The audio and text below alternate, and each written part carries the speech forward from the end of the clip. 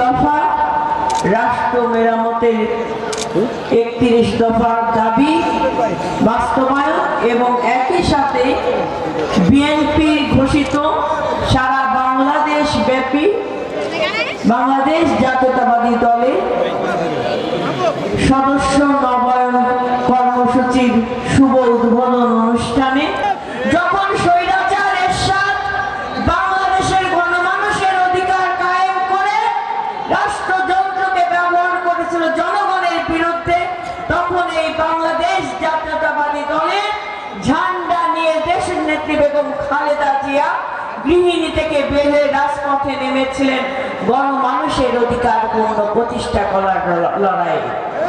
আপোষ করেন নাই, সংগ্রাম করেছেন নেত্রী এবং সংগ্রামের মাধ্যমে সকল জাতিকে ঐক্যবদ্ধ করে একটি সংসদীয় গণতন্ত্র আমাদেরকে উপহার দিয়েছেন নেত্রী।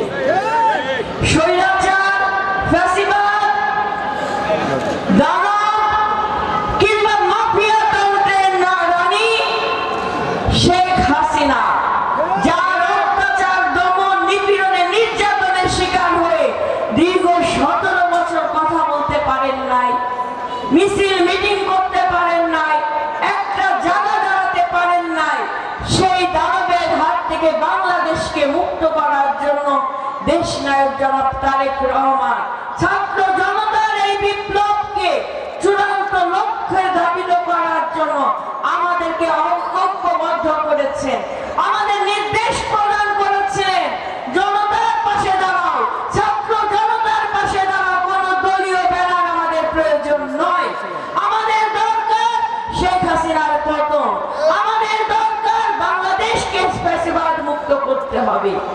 আমাদের নেতার এক নির্দেশনা সারা বাংলাদেশে মুক্তিকামী জাতীয়তাবাদী শক্তি ওই জনতার পিছনে দাঁড়িয়েছে, ওই ছাত্র জনতার হাতকে শক্তিশালী করেছে এবং আমাদের যে কাঙ্ক্ষিত লক্ষ্য স্বৈরাচার মুক্ত বাংলাদেশ আমরা উপহার দিয়েছি। কৃতিত্ব পাওয়ার জন্য নয়, কৃতিত্ব চাওয়ার জন্য নয়, কে সম্মান দেবে, কে কৃতিত্ব দেবে তার জন্য তারেক রহমান বাংলাদেশের নেতৃত্ব দেন না। তারেক রহমান বাংলাদেশের নেতৃত্ব দেন গণমানুষের অধিকার পূর্ণ প্রতিষ্ঠা করার জন্য। আপনাদেরকে বলে দেয়, এই কেরানীগঞ্জের মাটিতে আমাদের নেতা বাবু ঈশ্বরচন্দ্র রায়ের উপস্থিতিতে যারা অসম্মান করার সাহস করেন তাদেরকে বলে দিতে চাই, আপনারা কে কি কর্ম করেছেন তার রাজ সাক্ষী নিপুণ রায় চৌধুরী। সাহস করবেন না আমার নেতার উপস্থিতিতে তাকে অসম্মান করার সাহস কে করবে, সে যত বড় নেতা হোক তার নেতৃত্ব আমি রাখবো না। একটা কথা বলতে চাই আপনাদের, দীর্ঘ কত বছর যাবৎ আমাদের নেতা ঘরে যান নাই, তিনি তার নিজ মুখে সেটা স্বীকার করে নিয়েছে। তিনি ফ্যাসিস্ট শেখ হাসিনার পতন ছাড়া ঘরে ফিরে যাবেন না, তিনি শপথ করেছেন এবং পতনের পরেই তিনি তার ঘরে ফিরে গিয়েছেন। আর একটা সত্য কথা জেনে রাখেন, জীবন যদি দিতে হয় রাজপথে জীবন দেব, কিন্তু বেঈমানি করব না দলের সাথে। আপনাদের কাছে নয়, তারেক রহমানের কাছে করেছে, দেশনেত্রী বেগম খালেদা জিয়ার কাছে করেছে। নিপুণ রায়ের সততা, ঈশ্বরচন্দ্র রায়ের সততা পরিমাপ করার, ওই পরিমাপ করার জন্য যোগ্যতা অর্জন করতে হবে। যোগ্যতা অর্জন করলে আমি স্যালুট জানাবো, আপনাদেরকে ওই সিংহাসনে বসিয়ে আমরা বিদায় নেব, কোনো সমস্যা নাই।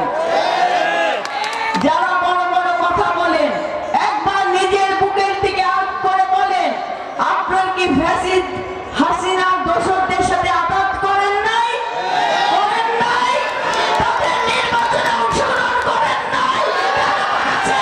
দলে থেকে মুনাফিকি করেছে, হচ্ছে সবচেয়ে বড় মুনাফিক।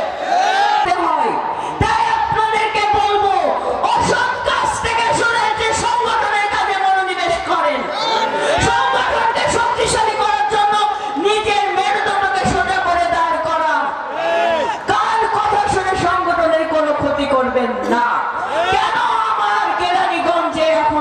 দলের পুরো কমিটি এখনো নির্ধারিত হলো না?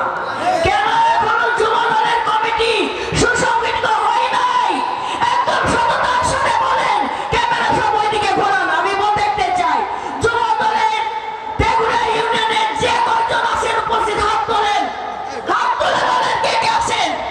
কেন যুব দলের তেঘুরা ইউনিয়নের আহ্বায়ক যখন আমার এখন 2-3 জন কেন হাত তুলবে? কেন কেন আমার সংগঠনের এই দুর্বলতা আমি জানতে চাই। আমি হাত তোলেন, তেঘুরা কোনটা ইউনিয়নের যুব দলে কারা কারা উপস্থিত আছেন হাত তোলেন। কেন তেঘুরা ইউনিয়নের আমার থাকতে এই দুর্দশা আমাকে দেখতে হয় বলেন আপনারা। আমি বলতে চাই ব্যর্থতা নেতৃত্বের ব্যর্থতা তার যোগ্যতা দিয়ে অর্জন করতে হয়। আপনি যোগ্যতা নেতৃত্ব আমরা সৃষ্টি করতে পারি না, এটা আমার ব্যর্থতা, রিপন রায়ের ব্যর্থতা, এটা রিপন রায়ের ব্যর্থতা। আমি যুব দলের সঠিক নেতৃত্ব নির্ণয় করতে পারি নাই, এটা রিপন রায়ের ব্যর্থতা। আমি আজকের এই ভরা মৌসুমে আমি আমার ব্যর্থতাকে স্বীকার করে নিচ্ছি। আমি মনে করি আমার যুব দলের সকল ভাইয়েরা আমার এই ব্যর্থতাকে আমি স্বীকার করেছি, এই ব্যর্থতাকে আপনারা অ্যাপ্রিশিয়েট করবেন। কি হাত তুলে অ্যাপ্রিশিয়েট করেন যে আমি ব্যর্থ, আপনারা নেতৃত্বে ব্যর্থ দিয়েছেন? হাত তুলে অ্যাপ্রিশিয়েট করেন। কি করেন, কি ব্যাপার করেন না কেন?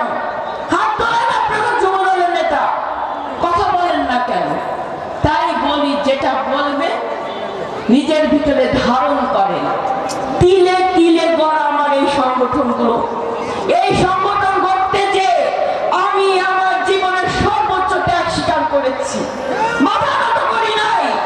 গতকালকে আপনার দাদা আমাকে বলছে তুমি তোমার মেয়েকে একটু ডাক্তার দেখাও।